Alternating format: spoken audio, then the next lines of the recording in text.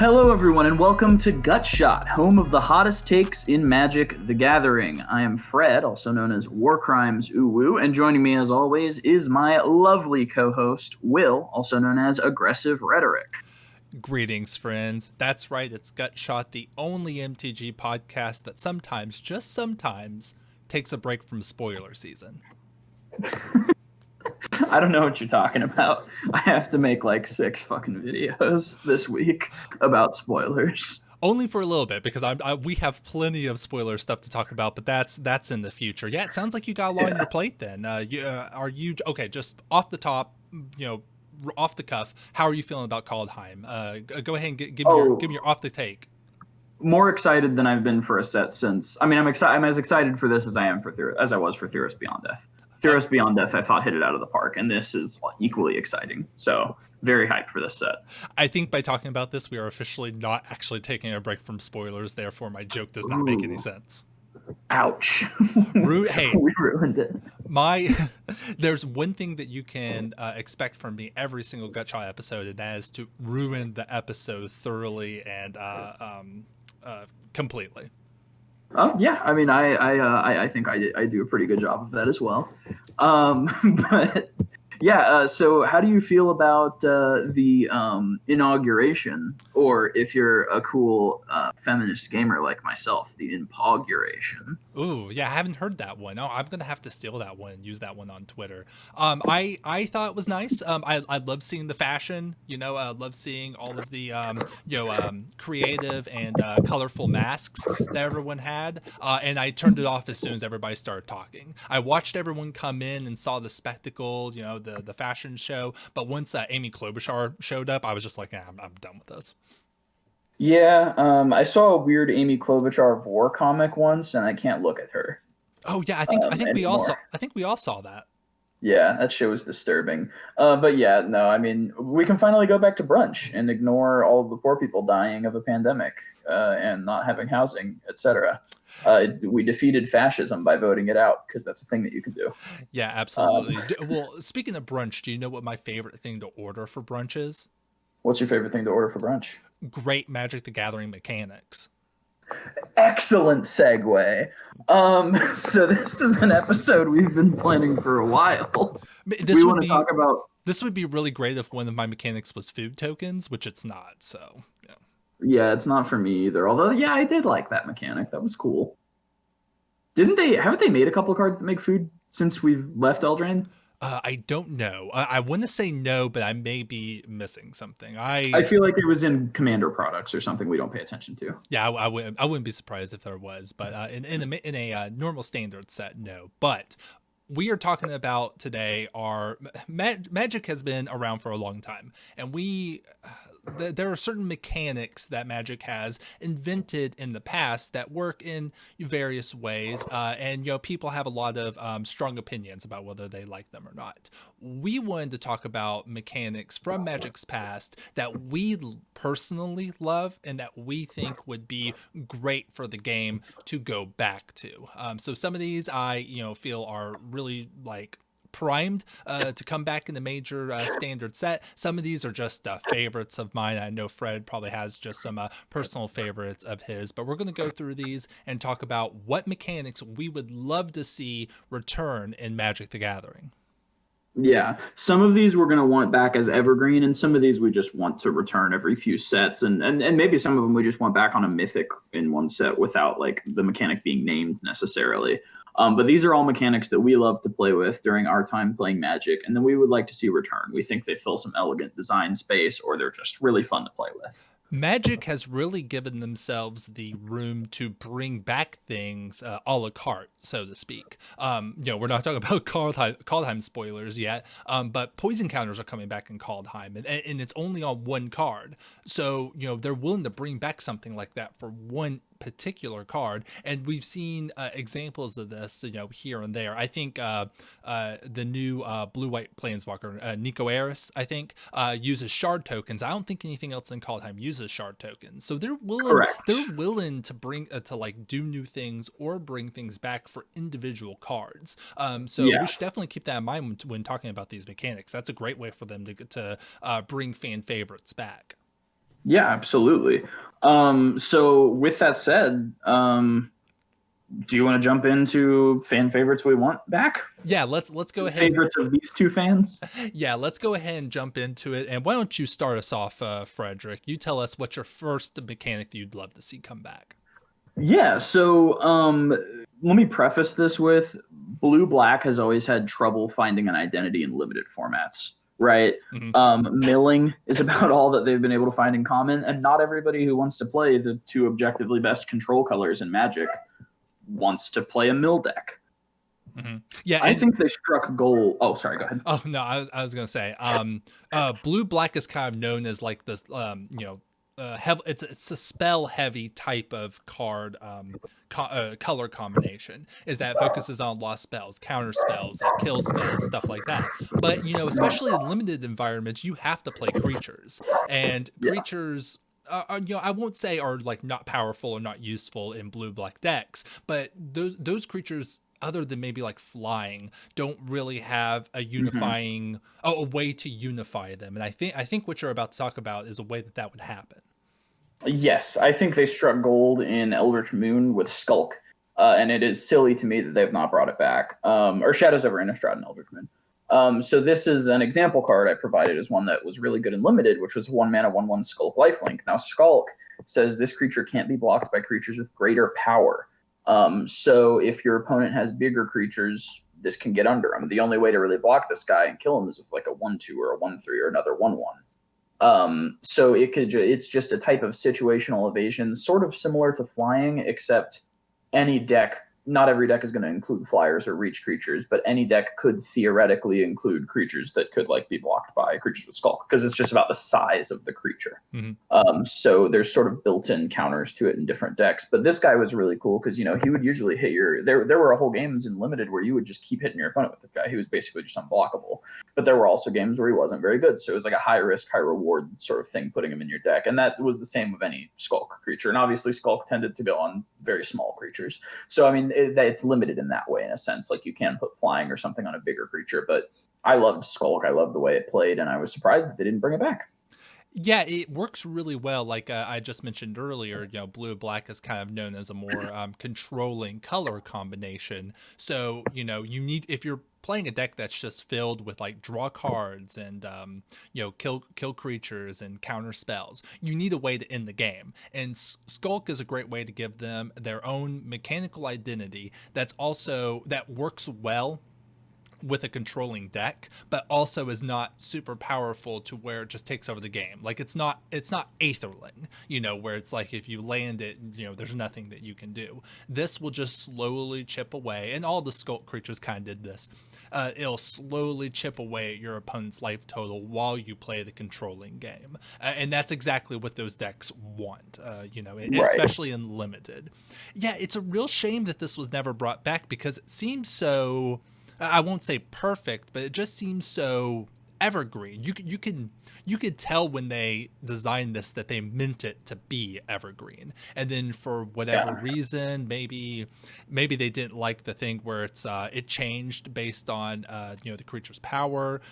Maybe they Mhm. just wanted to go in a different direction. I don't know, but yeah, it's a real shame that this was only for what, two sets. One set, the Shadows over Innistrad, and then Eldritch Moon. Yeah, there's so much room for this to be explored. There's a lot more cards that they could make with this. So I'd love to see this come Yeah. back, and we did actually see it come back just a tiny bit. And I'm sorry to bring this up, but we did see this on the Walking Dead Secret Lair Glen card. So they haven't completely forgot about it, but yeah, and they could do a lot more with this.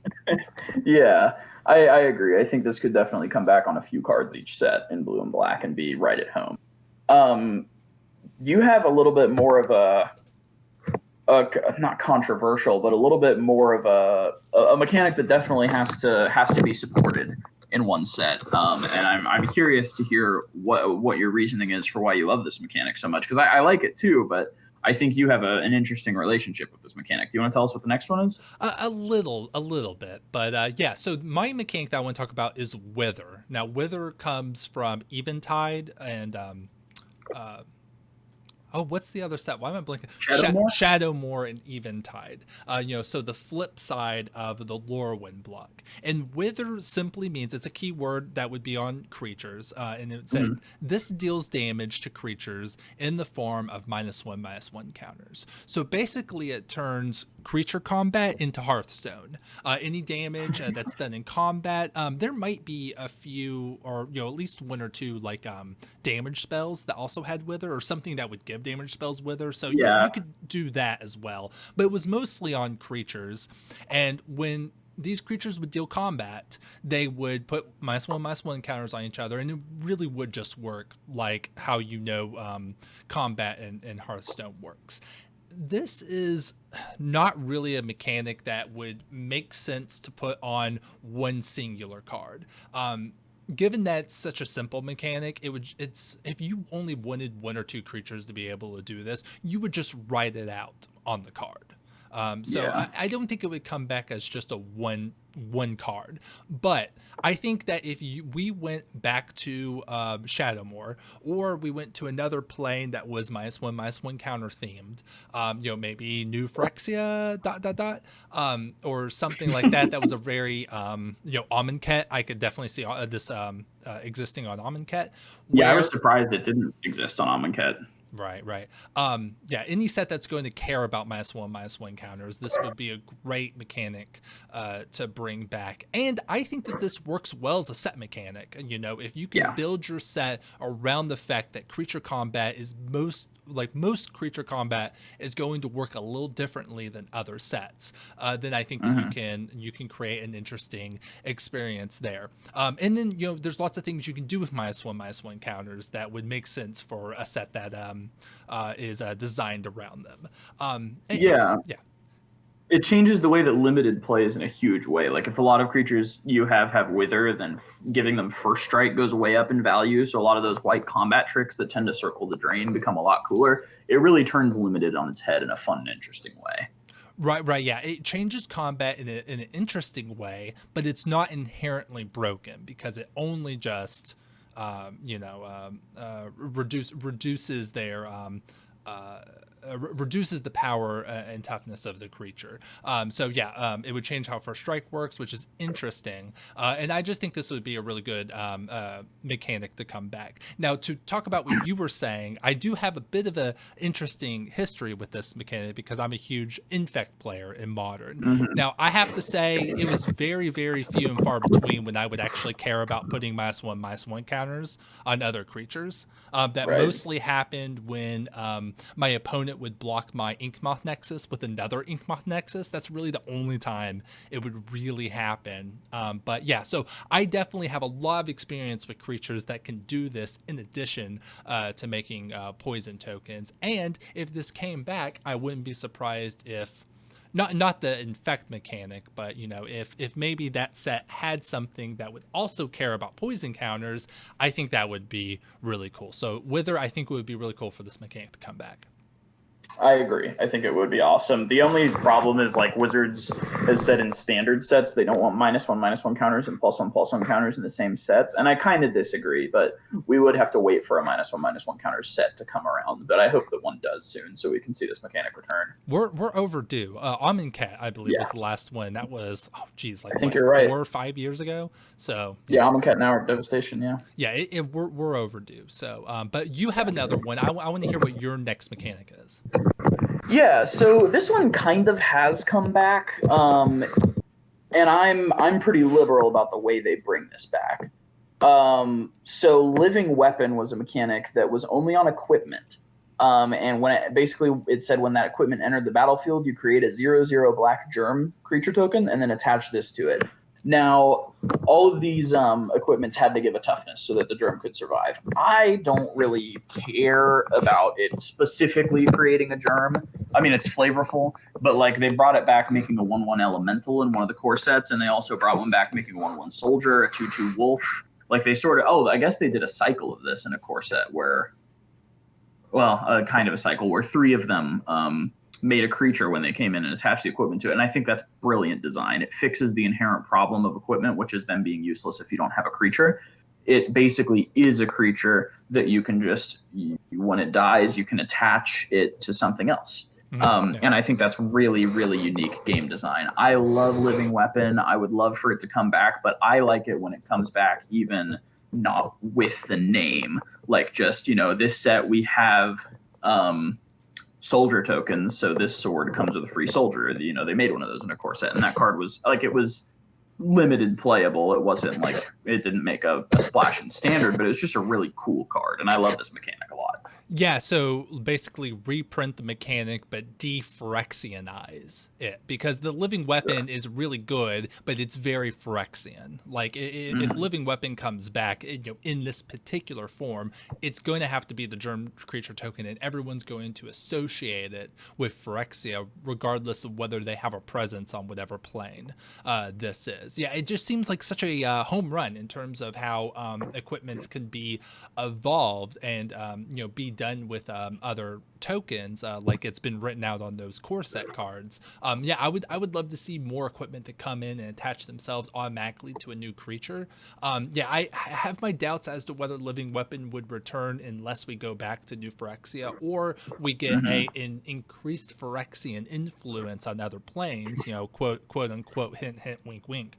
But no, you're absolutely right. This is just great design, and yeah, it's really unfortunate that this keyword is so Phyrexianized that it's a little difficult to bring just reprint it. It's on its own into other sets.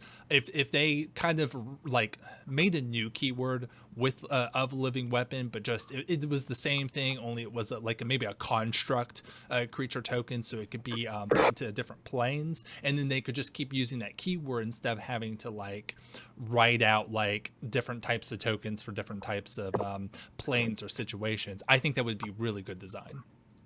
Yeah, I'm fine with this just coming back every few sets on one card, making whatever kind of token is relevant to that set. But I would, of course, love, if we return to Phyrexia, getting Living Weapon, or just on a different plane, making like an elf or a boggart or whatever, or what a brushwag. I don't know. I just want some Living Weapons type gameplay. But next, we've got a very interesting mechanic that has also taken a very long time to return and has only returned once since its debut. This mechanic divides the community, I think, in terms of who likes it and who doesn't. But you are a big fan. So tell us about Level Up. Yeah, so I am a huge fan of Level Up, and I'll be the first to admit some of that is nostalgia. I played a lot during the original Zendikar, Rise of the Eldrazi, so this mechanic is near and dear to my heart, and I totally understand that there are people who dislike this mechanic, and Wizards R&D employees who also don't think that this is a good mechanic to come back. The level up mechanic, for those of you who don't know, these are creatures. Are there any level ups that aren't creatures? I think they're all creatures. No, they are all creatures. Yeah. So it'll be a creature that has a base power and toughness. And it may be like a base ability, but they'll all have a level up ability, which is usually mana. You'll pay mana at sorcery speed to put a level counter on the creature. You can only do it as a sorcery, and then they will have tiers of levels. As soon as and those will vary, depending on the creature. The one that I have on the screen here was a limited all-star Knight of Cliffhaven, and they become a new creature. They gain toughness at level 1. That's not always the case. Sometimes it wouldn't be anything until like level 5 or something like that. But level 1 to 3, it gains flying and gets an extra point of toughness, and then once it's past level 4, it becomes Sarah Angel, and all these creatures do different things. A lot of people did not like the fact that level up happened as a sorcery. That's a little limited in what you can do. It kind of forces you to play in a certain way where you have to commit on your turn without being able to keep up all of your mana. Yeah.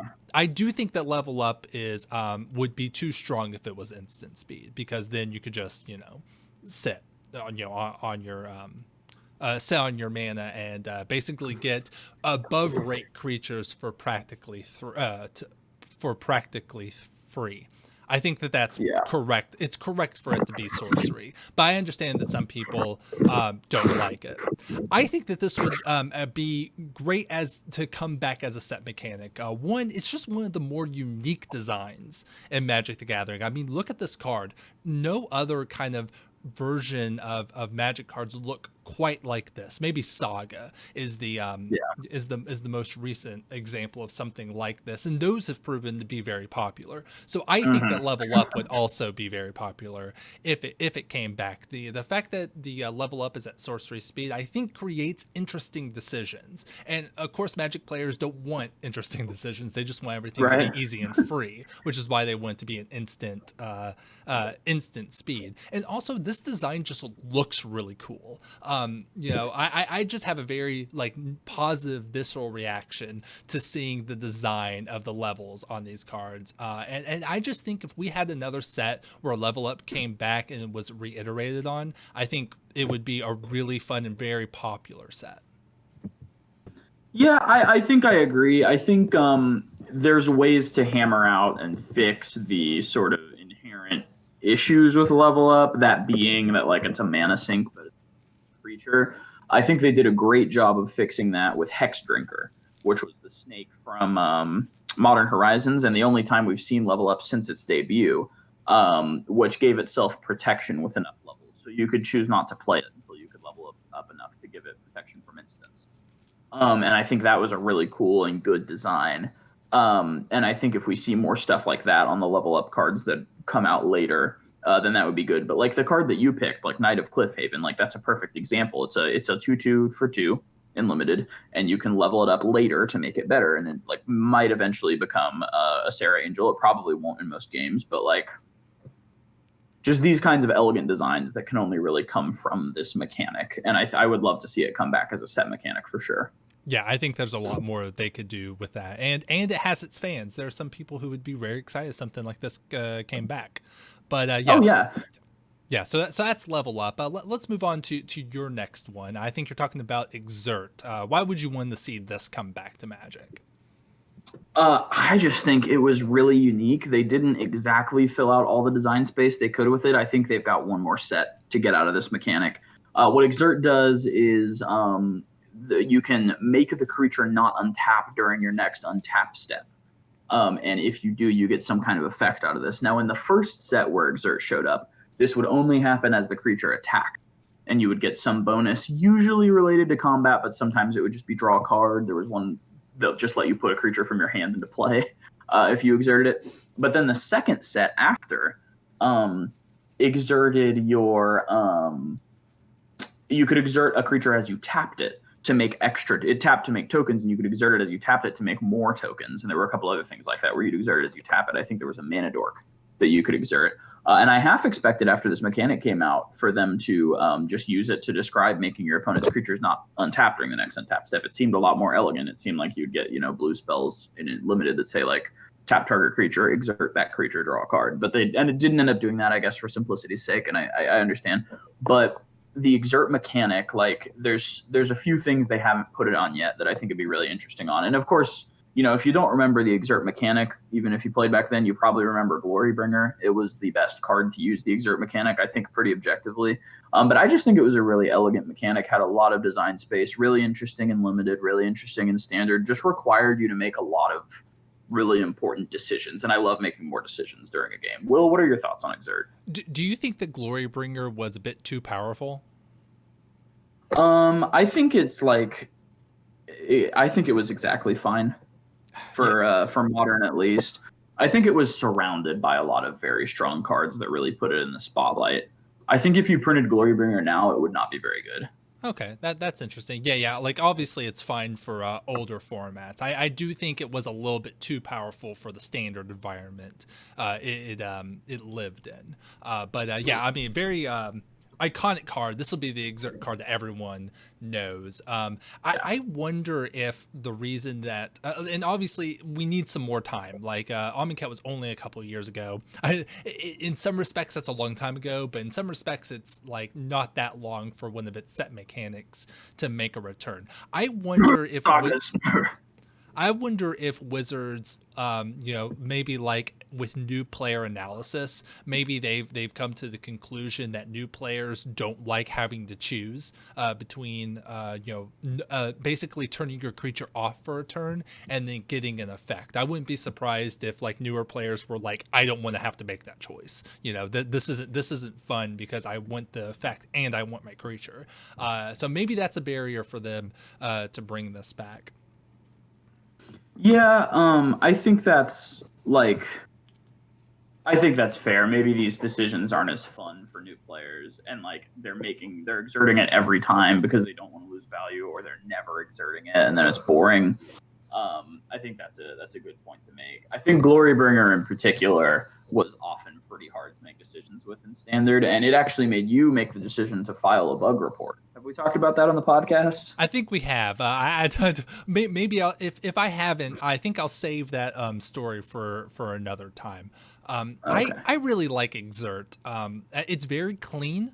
It makes a lot of sense. It did play very well, at least for us who are versed in how Magic works. I, I'm a little torn on it though because this is one of those things where if Wizards wanted to bring it back for one set, or sorry, if they wanted to bring it back for one card, it would make sense for them just to write it out completely. For it to be a set mechanic, I feel like I guess I fall on the other side of you on this, where I don't think there's all that much more they can do with an entire set of Exert, regardless of how well it plays. So I don't know like what kind of set they can make with Exert, but I have a feeling we're going to see Exert cards in the future. Just they're going to be one-offs, and it's going to be Yeah. written out. But if Exert came back as a set mechanic, I'm sure it would be pretty popular, at least with us, like super entrenched Magic players. So this is a great mechanic. Yeah, maybe we're in a bubble where we just like these gameplay decisions a lot more than like your average player. With our huge brains, Yeah. just pulsating in our heads. But yeah, a bit of a less fan favorite mechanic. You've got an interesting one here. Now I like this one too, but I think we are in the minority. So tell us about flanking. Yeah, I like this. I have my doubts about whether this would actually ever come back in a meaningful way, but I like it, and I think that there's design space there, or at least adjacent to this. So flanking it's a super old mechanic. I think it goes all the way back to Tempest. It might be Tempest. It's like Tempest, Mirage, Weatherlight. It's one of those. Probably Yeah, that Mirage. era. Yeah, I should do some research for the show, but it's It a came out in Commander 2016. oh, for sure, for sure. Yeah, yeah. So flanking is it's a mechanic that it was put on creatures, and more often than not, these would be like knight type creatures, like humans riding cavalry, is what this would be on. And flanking means that whenever a creature without flanking blocks this creature, the blocking creature gets -1/-1 until end of turn. So that's exemplifying the idea that if you're a armed combatant on a horse, that's going to give you greater mobility and more killing power, so to speak, than armed combatants that are not on horses. And we've seen stories like this all the time where the cavalry charges into infantry and just mows them down because they're just so much they have so much superiority in terms of speed and power that they're wielding.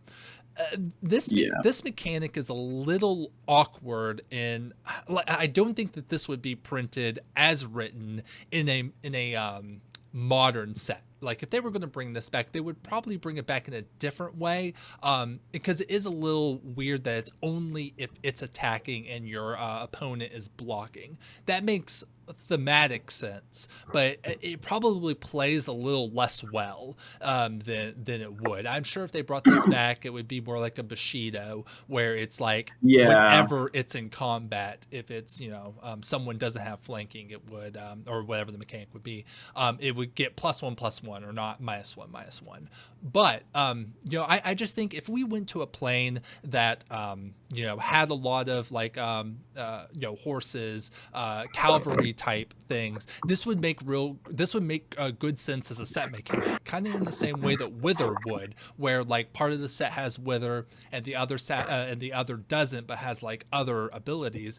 There could definitely be another flanking type set where like a good, like maybe like a one color pair is like the flanking color, and then all of the others have other things that make them of the same power level. It's pretty generic. It could fit into many different planes. There's lots of different ways that flanking could be expressed in Magic, lore and story. It doesn't have to be horses. Maybe they could have something that gives them flanking abilities. Maybe rogues could have. There was a sliver with flanking. Yeah. There's lots of different ways that you could do this, and it, like I said, it lends itself to draft archetypes. This could definitely be like a color pair thing, and maybe like a core set or like another set that we went to. I just think that there's more design here that we could explore. Definitely agree. I think this is a pretty elegant mechanic. I would prefer a Bushido type version because it's a little awkward for just like tactical, for something that's flavored as like a combat tactic to make something die to state-based actions. But yeah, I think this is definitely an interesting mechanic, and I think it plays really well. I just, like you said, like I think a Bushido type variant would play better. But yeah, this would be a good set mechanic for a color pair. And I think Wizards would feel the same way. Like just for like player excuse me, just for like player engagement, like new players on Arena, they would much more prefer it to be something that always happens no matter what, and probably a +1/+1. But I would love to see this come back. I know that the next one is a huge favorite with Magic players and with you, and is pretty powerful. So why don't you tell us about your next mechanic? Yeah, so my next mechanic, we're shifting over to an instant and sorcery mechanic, and this one is buyback. You may pay an additional 3 as you cast the spell. If you do, put this card into your hand as it resolves. So this was basically, you get to put the spell right back in your hand if you paid more for it. And usually it would go on overcosted, pretty crappy spells. But this capsize saw a lot of play. So this was 3 mana and buyback 3, return target permanent to its owner's hand. So when you're thinking like bounce something to their hand for 6, but you get access to it for the rest of the game. So it's basically like an infinite value sort of situation. The other one that comes to mind is the 1 mana create a 1/1 Saproling with buyback 3. So you're paying 4 mana. I think it had Convoke too. So you're convoking, paying 4 mana to get a 1/1, but you can do that whenever you want for the rest of the game, unless they like Thoughtseize it out of your hand or something. So with these buyback spells, you were always looking to pay the buyback cost. It's terrible if you don't. But if you do, you can really take control of the game, especially with this one and the Saproling making one with Convoke. Yeah, I have to disagree with you on a little bit. I think buyback was a mistake and never should have been printed to begin with. Okay. I do not want buyback to come back because it's like capsize is a good example of a card that it's good. It's reasonably.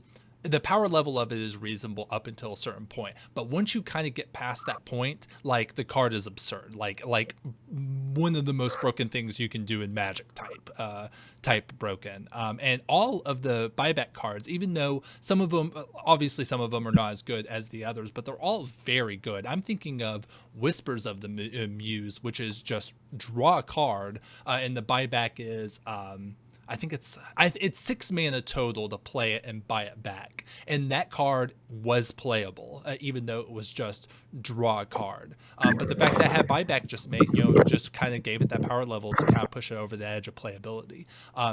Yeah, yeah. I agree with you about buyback as it exists right now, but I think the problem is that all the buybacks have been mana costs so far. I think this mechanic could be really elegant and fun if the buyback cost got changed to like discard a card, or exile 3 cards from your graveyard, or sacrifice a creature for the buyback. Oh, okay, yeah, that's a great point. I'm glad you mentioned that. I would be okay with more exploration of this if it wasn't just the mana. And I think you would have to have something like that for this to even make sense in modern Magic. But it needs to be a concrete cost. Yeah, capsize and forbid as well. I just don't think are going to. Don't have a place in modern Magic, unfortunately. But I totally understand that some people, really think that buyback should come back. Yeah, I am one of those people. I would just like for the costs to be adjusted. So this is a mechanic I don't want to be back. I don't want to come back, and mostly just because I'm angry about a standard deck that annoyed me. Why don't you tell us about Explore? Yeah, sure. I'm interested to hear your thoughts on that. So, Explorer was an Ixalan and then Rivals the Ixalan, and it seemed really clunky at first. I remember when we were seeing cards coming out of these sets for spoiler season and thinking, Explorer, that seems really clunky. But as we played with the cards, it actually played pretty well, and most people kind of remember Explorer pretty fondly. When a creature has Explore, when it and it mostly comes into play when it comes into play you would explore, but I think there's a couple other kind of ways that it can be done. When it explores, you reveal the top card of your library. You put that card into your hand if it's a land, and then otherwise you put a +1/+1 counter on this creature, and then put the card back or put it into your graveyard. So if it was a non-land, you get to decide whether it's on the top of your library or the bottom of your library. Now, Or the graveyard? oh, is it the graveyard? Oh, it goes to the Yeah. graveyard. Okay. So the explore mechanic was meant to evoke the exploring, ethos of the Ixalan set, because these all of these like the pirates and then the vampires were coming in and exploring all of this uncharted world. So explore makes sense in that way. But like Explore, I think is pretty generic. I think that this could go into a lot of different sets and ways of putting it into Magic. And there aren't really that many Explore cards that exist. I did a Scryfall search, and it seems there are only 3 creatures that have Explore written onto the card. That automatically do it. And 13's not really all that much for a two set mechanic. I think that there's a lot more design that can be done here with Explore, and I also think that maybe it should be color shifted a little bit. I want to hear what you have to say about this. They're all. Explore was mostly in green and black, and I think there was like 1 blue, 2 white cards, and Yeah. then a handful of black cards.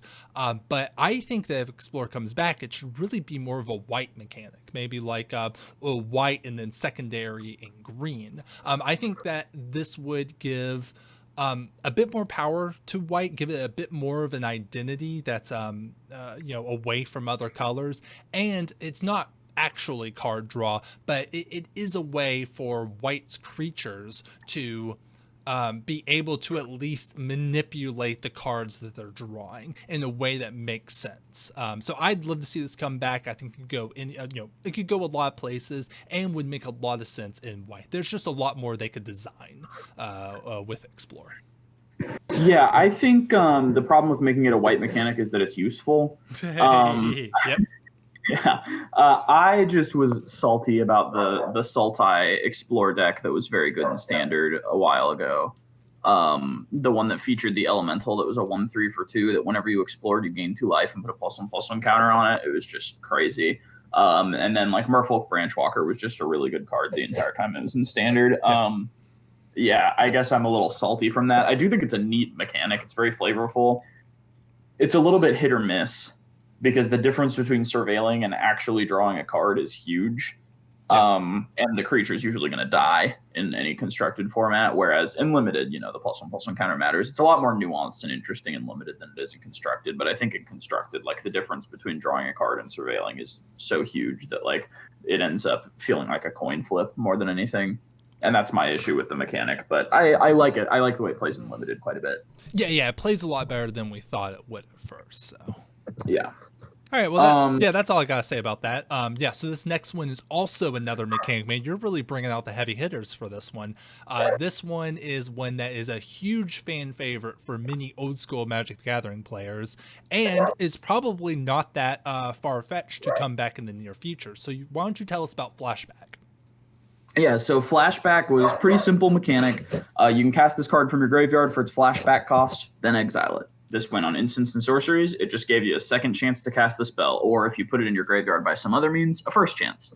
And this mechanic shined on cards that like were a little bit like in an awkward spot. So like I put Lingering Souls here because 2/1/1 white spirit creature tokens with flying is definitely too good to make it 2 mana, but it is not good enough at 3 mana. It would never see any play. But they gave it Flashback. You can cast it a second time for 2 mana, and that kind of evens it out. It's very good. It's a very good mechanic for adding some nuance to some cards. It's a good mechanic to and there's just a lot of design space with it. You can make it like a niche spell that you get basically 2 copies of to put in your sideboard with something like Ancient Grudge, or you can make it like a late game mana sink and limited with something like I believe it was Firebolt. It was sorcery speed shock that would flashback for like 5. Yeah. You can take a card that wouldn't quite be good enough, but let you cast it later in the game for way more mana. And I think that that's where Flashback shines. Of course, the Flashback spells that players know are Lingering Souls and probably Snapcaster Mage, which you can argue that that's a design mistake. I just think it's a very powerful card, and it's fine to have very powerful cards. But yeah, like I think Lingering Souls is one of the most elegant designs that really captures why Flashback is such a fun and good mechanic. And I don't think it's broken because it's not really repeatable. Like you get to cast it, and then you get to cast it an extra time. And if they balance the card correctly, like it's not Flashback's fault that Flashback is broken. It's the couple cards that have been broken with Flashback. Things like Past in Flames. Yeah, there have been plenty of flashback cards that have not been a problem at all. I know there's one that like taps creatures from Innistrad. That's pretty good. That was pretty good in its limited environment, but is not broken. Forbidden Alchemy, I know was like the perfect like power level for a flashback card. Yeah, you're absolutely right. And the thing is that when you design flashback cards, you don't really like you have to tweak the numbers to accommodate flashback, but it makes sense for this to be on almost any type of instant or sorcery. You're not constrained as to what types of spells you can put with flashback, which I think is definitely a point in its favor and gives a lot more longevity into whether this, how much design can go into flashback. And it's just a fan favorite. Like tons of Magic players love cards that have flashback. Everyone's got their favorites, and it just everyone loves it. It's a core piece of Magic's history. Yeah, it's a player pleaser for sure. But it seems like every time they think about bringing it back, they bring back like sort of a numbed, like sort of a sanded off version of it. And that disappoints the players who like flashback. But I guess like it makes the limited environments better, and it does let them turn some dials on it. But I do wish every once in a while they would just bring back flashback. But speaking of sanded down versions of flashback, you're here to make the case for Jumpstart. Yes. Okay. So I love Jumpstart. I think that Flashback is not perfect. It has some things that kind of limit its power level, and why you would have to really be careful about the cards that you create with flashback. The bottom line of it is flashback is built-in card advantage, regardless of what that card does. The fact that you basically can cast it 2 times means that it's a built-in 2-for-1. At least for virtual card advantage. I think that Jumpstart is a perfect way for them to bring back flashback type gameplay while getting rid of that inherent card advantage. So pretty much everything that you said, I think applies the Jumpstart. And for those of you who don't know, Jumpstart pretty much is a flashback. The flashback cost, so to cast it from your graveyard, is going to be the exact same as the converted mana cost, and you have to discard a card from your hand in addition to paying its other costs, and then it exiles. Yeah. So basically flashback, but it's always the converted mana cost, and you have to discard a card.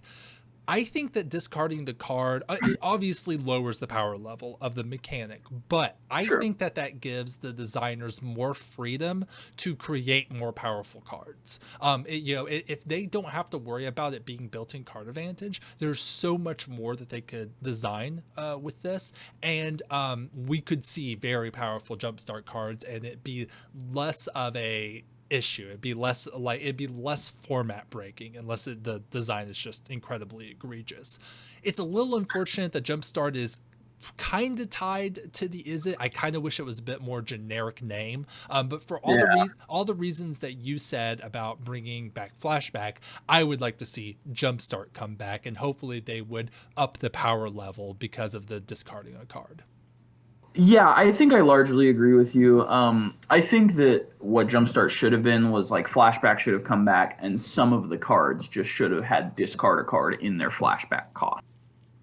I think that was an option, and the fact that they didn't do that sort of was kind of disappointing. I think it's fine to have a set with Flashback where most of the cards that have Flashback have discarding a card as a cost, Yeah, yeah, but then that makes you can sense. still print ones that don't. That's my take on it. I did enjoy playing with several of the Jumpstart cards. Obviously, you picked Chemister's Insight. I would agree with you. I think that was pretty much the best Jumpstart card in terms of what saw play in Standard. The Jumpstart clone card allowed for a lot of spicy homebrew decks that were definitely very interesting. So shout out to that one as well. I believe it's Quasi Duplicate. I never had a good Um, time seeing that in Arena. Like anytime my opponent played a quasi duplicate, I was like, I am not gonna enjoy this game. I mean, you're probably going to lose, but it's fun. Yeah. Well, for me, I guess, not for you. But yeah, I think Jumpstart is just an example of one of the mechanics they introduced to try to fix Flashback when they can fix Flashback with Flashback. So I think I've got to disagree with you on this one, but I did enjoy Jumpstart, and like you said, a generic name would have been helpful because this could be a mechanic that was in all 5 colors in a later set. Sure. It's probably a good thing that there are multiple ways that they can bring this type of gameplay back to Magic in different avenues. So it's good that we have options, and any of them I think would be good and also be popular with the fan base. So however they want to bring it back, I think would be good. I could see it returning on Innistrad too. You kind of have to jumpstart a Frankenstein monster I with was thinking that electricity. too. Yeah. So maybe we'll see it there in more colors, and maybe it'll return with Madness, and we'll get to exploit that synergy. Um, but yeah, next Yeah. I've got Raid. Yeah. Tell us about Raid. Yeah, so I love Raid. I think it's a really elegant mechanic. It's a really like risk reward sort of mechanic. I love mechanics like Landfall that will sort of just pay you off for doing something you're going to do anyway in a game. So what Raid does is it gives you some bonus every time if you when you play the card if you attack that turn, which is not super bad. Like you're going to attack most turns. Sometimes it adds decisions because sometimes you're going to attack with a creature you know is just going to get eaten just so you can get your raid trigger. Sometimes you're going to like prioritize playing flying creatures so you can safely raid. But the example I have here is Wingmate Rock, which is probably the most standard played raid card, or especially of the first time that raid was around in Khans of Tarkir. It came back in Ixalan. But it's a 5-mana 3/4 flyer. When if you have raid when it comes in, you get another 3/4 flyer. And when it attacks, you gain a life for each attacking creature. So very strong card, a lot of value, very resistant to removal, which removal was not even that great at that time. So you'd often just get to keep at least one of the 3 or 4 birds. They're going to remove the one that gains you life, but you at least got to keep the other one, which is excellent for 5 mana. Eating a removal spell and keeping a bird. And a lot of these raid cards just play the same way. And there's a shit ton of design space. You can put literally any effect on raid. It can Yeah. go on literally any card. Yeah, I think it's a mechanic that's probably gonna come back again. But what are your thoughts on raid? Yeah, Raid is great. As far as I know, everyone really liked it when it came back. When it was printed the first time.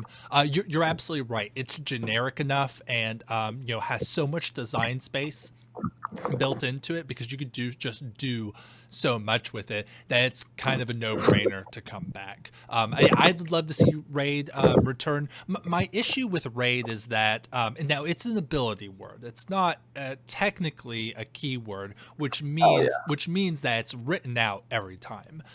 I think that if Wizards wanted to bring Raid back, it would most likely be in the fully written out version and not actually be marked as raid.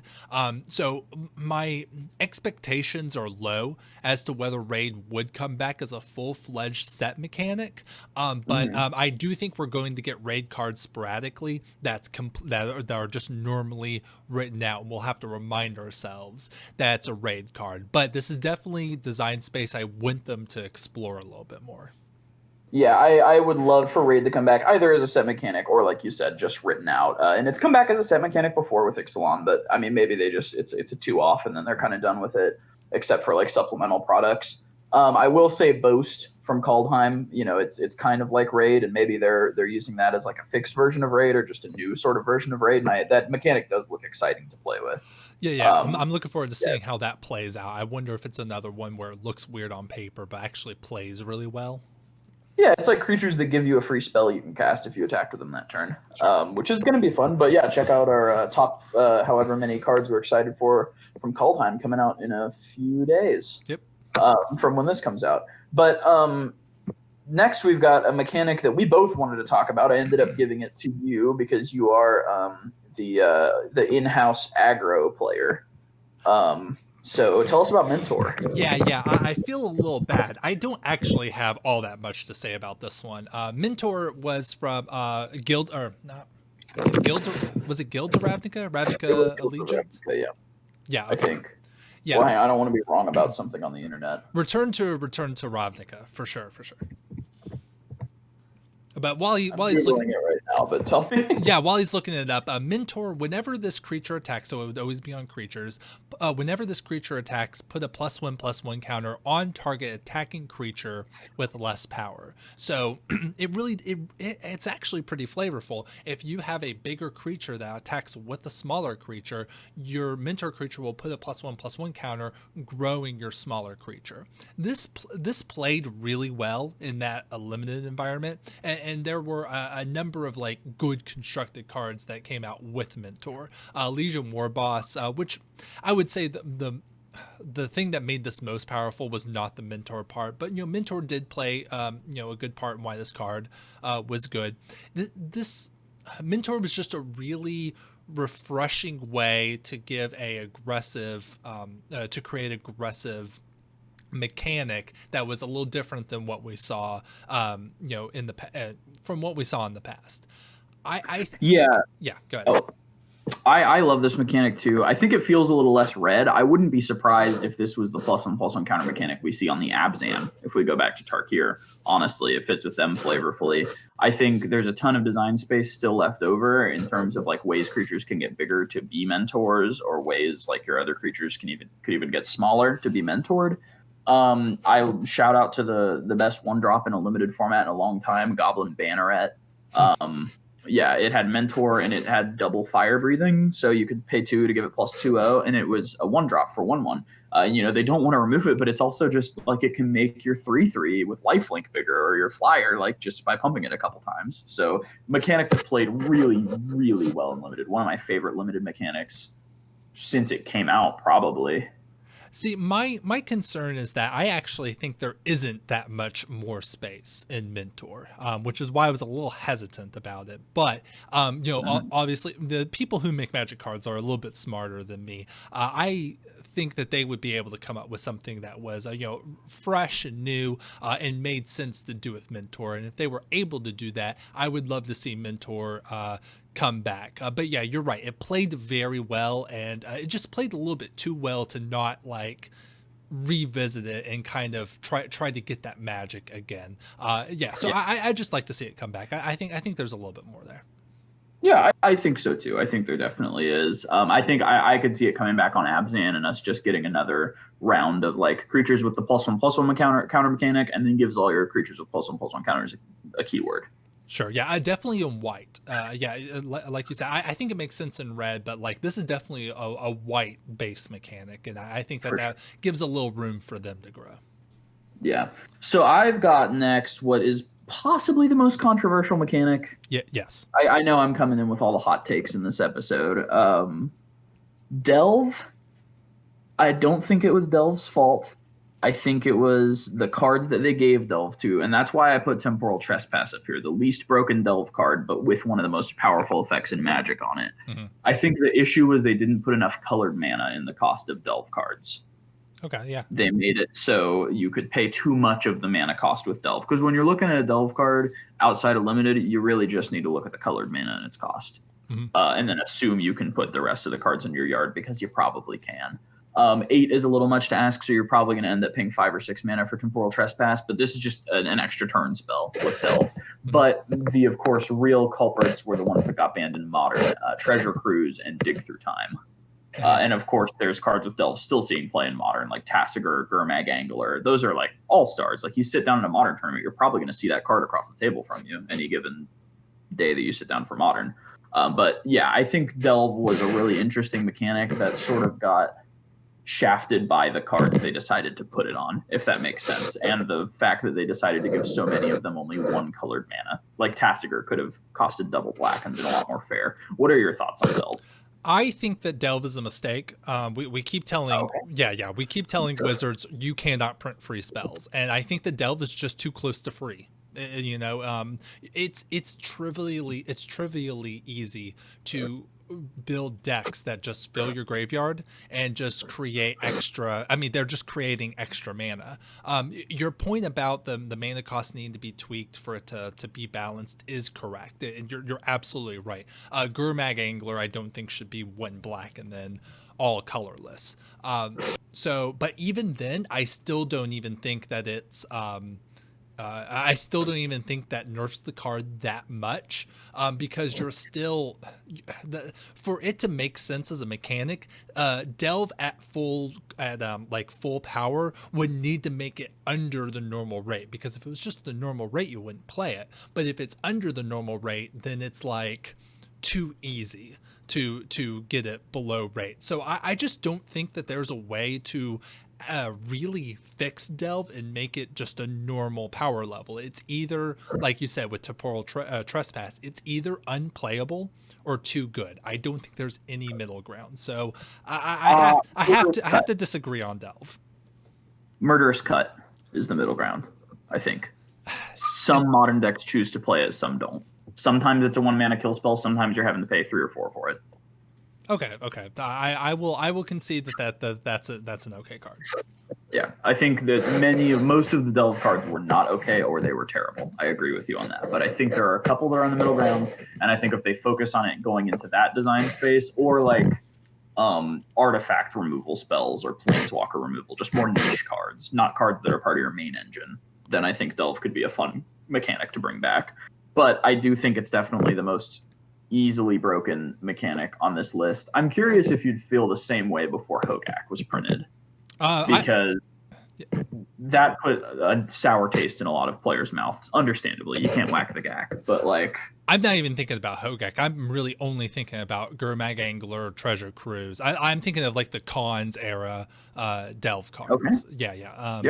Hogak was just on another power level of things, even beyond Delve, obviously. But I mean, even Tassiger was, pretty much like one of the more powerful things you can do when it came out. Now it's been eclipsed a little bit since then, but I just think Magic is probably in a better place if Delve is just left alone, and Magic continues to do new things instead of trying to fix something that obviously has a fundamental flaw.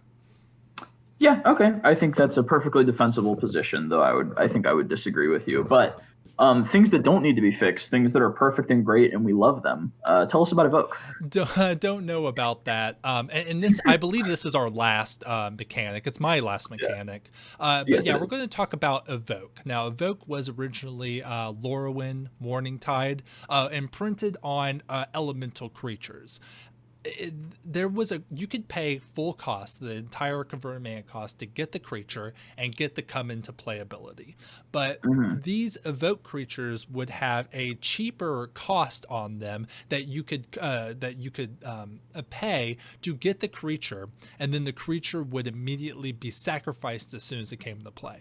So Evoke, it'd be Evoke mana cost. You may cast the spell for its Evoke cost. If you do, it's sacrificed when it enters the battlefield. So the idea is that you can pay full price for the full creature and the ability, or that comes into play ability, or you could just pay the Evoke cost and then just to get the ability. I have Mole Drifter up on the screen here, and that's obviously like the gold standard for Evoke cards.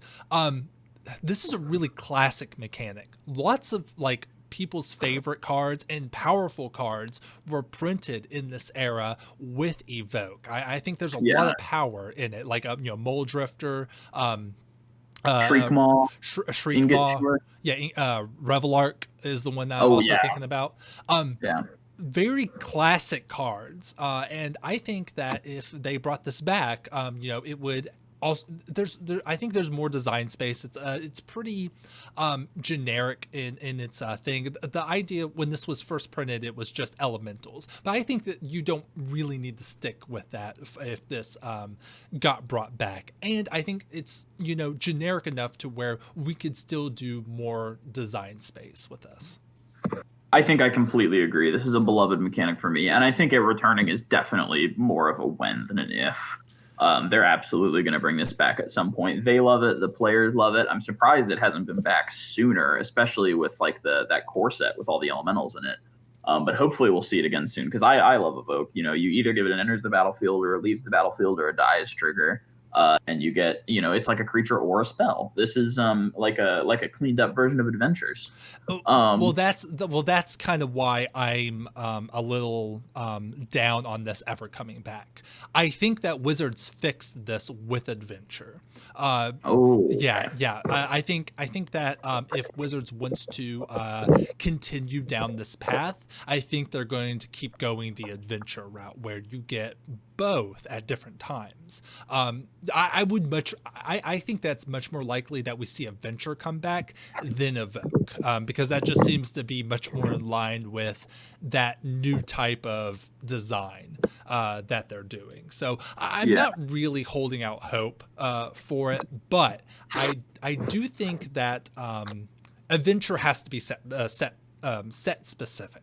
I don't think they would just print one-off adventures. I think Evoke is a way, if they wanted adventure cards sporadically throughout other sets, Evoke would be a good way to get that type of gameplay, and it be more standalone. So without using a different card frame. Yeah, exactly. So I think it's very clean within the normal rules of Magic to do an adventure type card. I think that they should keep this in their toolbox for things going forward. Yeah, I think I want you to be wrong because I like this mechanic, but I think you've fed me the doomer pill on Evoke. It probably is not coming back because adventures kind of take its place. I think if they can make a mechanic with a new card frame, they'll do it for some reason now. So yeah, but I do love the cards that have Evoke, and the shenanigans with blinking was always really fun. If you had an instant speed way to blink them, you could evoke them, and then in response to the trigger for them to die, you would blink them, and then you not only would you get to keep the creature, but you'd get the enter the battlefield trigger twice. Yeah. That was always real fun.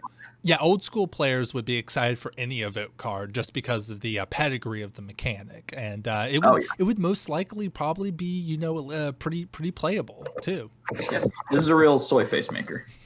For sure, yeah, for sure. But that's my last mechanic, and I think that is all that we got. Man, we kind of did a real whirlwind tour of Magic's history today, haven't we? Yeah, we have. I like this episode. I've made a shitty little end card thing with our social media on it. If you want to follow us on Twitter or me on Twitch. That's on screen right now. Yeah. And then our YouTube is obviously Got Shot. And then, you're listening to us wherever you're listening to us. So go ahead and subscribe to us there. If you're on Apple Podcasts or Spotify or whatever. Yeah, I don't know if we've ever specifically said this, but I guess I'll go ahead and do it now. We started this as a podcast, and that has certain connotations as to what that content has been. We've been doing this for it's been about 6 months now. We did take a break, but we're back. We're getting into the swing of doing things. We decided that we really wanted to have more of a focus on YouTube. So when we do this, for those of you who are just listening to this audio only, like through the old podcast feed, we are doing a visual part of this, and all of that's going on YouTube. So if you are a podcast listener and you really want to support us and help get our numbers up, get our engagement up, please subscribe to the YouTube channel, hit the bell icon, leave a comment so the algorithm knows to share our video more. We'd really appreciate that. And there's definitely nowadays there's a visual component that is really, really nice. Fred's working hard on these slides that we got going on here, so please do that. And then also, if you want to get more Gut Shot on the go, you watch us on YouTube. We also have the audio podcast that you can subscribe to, and we appreciate that engagement as well. So that's where you can find us these days. Yeah, for sure. Yeah, give us a subscription on YouTube and listen to us on the go. So with that said, I think it's time to wrap this one up. Yeah, let's button this one up. Thank you for listening to this episode of Gutshot. It really means a lot to us for you to be here, every episode. You can follow me at Agra Rhetoric on Twitter. Frederick is at War Crimes Uwu on Twitch. And I'm going to have to go back on the slide to read this. At Fredass_B on Twitter. You can follow the show on Twitter at Gutshot Pod. Yeah, this has been Gutshot, the only Magic the Gathering podcast that understands Magic exactly as Garfield intended. We don't record on Mondays, and we love lasagna. That's pretty good.